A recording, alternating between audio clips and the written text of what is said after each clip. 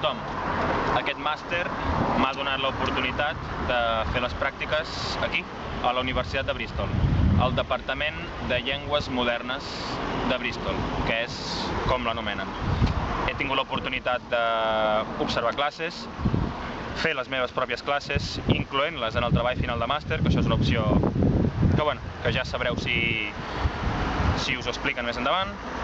M'ha donat moltes possibilitats, m'ha permès també aprendre i espavilar-me i adaptar-me en una ciutat estrangera, fer vida aquí, conèixer com funcionen les coses en una universitat estrangera, la seva forma de treballar.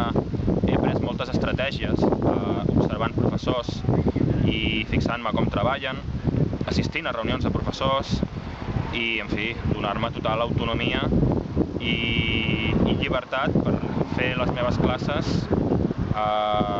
segons el que jo necessitava per al treball final de màster i en fi, m'han posat moltes facilitats, m'he sentit molt ben tractat i en general ha estat una experiència superpositiva aquí, a la Universitat de Bristol.